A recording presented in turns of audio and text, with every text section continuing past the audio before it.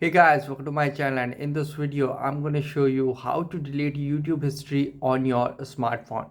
Okay, for this first launch the YouTube application, and now here you can see on bottom right corner where your profile picture is showing. Tap on it and you can see this is the history section. Now you can see this is the available history. Now simply tap on view all, and if we tap on view all, you can see on top right corner three dots are shown. Tap on it.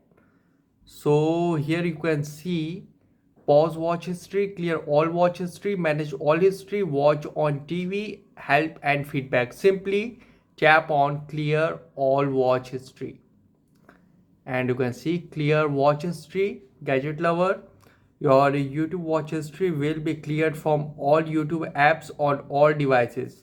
Your video recommendations will be reset but may still be influenced by activity on other Google products.